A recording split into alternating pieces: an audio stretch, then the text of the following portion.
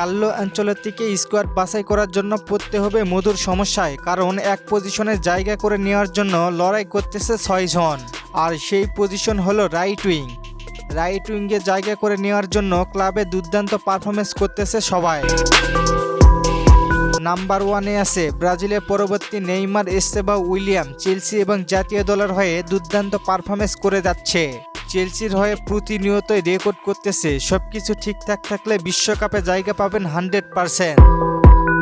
Number 2-এ আছে Raphinha. বার্সেলোনার মতো ক্লাবে নেতৃত্ব দিচ্ছেন রাফিনহা। অ্যাটাক প্লাস ডিফেন্স দুই জায়গায় নিজেকে মানিয়ে নিতে পারেন। শুধু তাই নয়, রাফিনহা রাইট উইঙ্গে এবং অ্যাটাকিং প্লাস মিডেও খেলতে পারেন। এতগুলি পজিশনের জন্য Raphinha better option. Number 3, Brazil এবং রিয়াল মাদ্রিদের তারকা রদ্রিগো গোয়েস।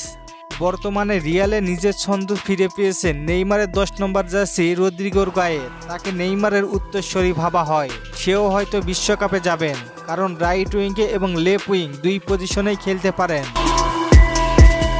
Number 4, Anthony. রিয়াল বেটিসের হয়ে দুর্দান্ত পারফর্ম করা অ্যান্থনি কার্লো আনচেলত্তির অধীনে সেইভাবে মাঠে নামতেই পারেনি, কিন্তু ক্লাবের হয়ে একের পর এক চমক দেখাচ্ছেন। কার্লো আনচেলত্তির নজরে রাখা হয়েছে তাকে। বিশ্বকাপে জায়গা পাবেন কিনা কোচই ভালো জানেন। Number 5, Luis Henrique. Luis Henrique ইতিমধ্যেই ব্রাজিল জাতীয় দলে নিজের পারফর্ম দেখিয়েছে। 2025 সালে কার্লো আনচেলত্তির স্কোয়াডে জায়গা পেয়েছেন এবং পারফর্ম করেছেন। কার্লো আনচেলত্তি হয়তো মার্সের স্কোয়াডে তাকে ডাকবেন এবং সুযোগও দিবেন। সে মার্সের স্কোয়াডে প্রমাণ করতে পারলেই বিশ্বকাপের স্কোয়াডে জায়গা করে নেবেন। Number 6, Savinho. কোচ দরিবালের অধীনে বেশ ভালো পারফর্ম করেছিলেন এবং কোপা আমেরিকার মতো স্কোয়াডে জায়গা পেয়েছেন। কার্লো আনচেলত্তির দায়িত্ব নেওয়ার পরে আর তাকে জাতীয় দলে দেখা যায়নি। এত তারকার মধ্যে সাবিনহো দলে ডাক পাবেন এমনটা বলা যায় না, এবং সম্ভাবনাও অনেক কম। এই 6 জনের মধ্যে কোচ কাকে রাখবেন দলে জানিয়ে দিতে পারেন আপনার মূল্যবান মতামত।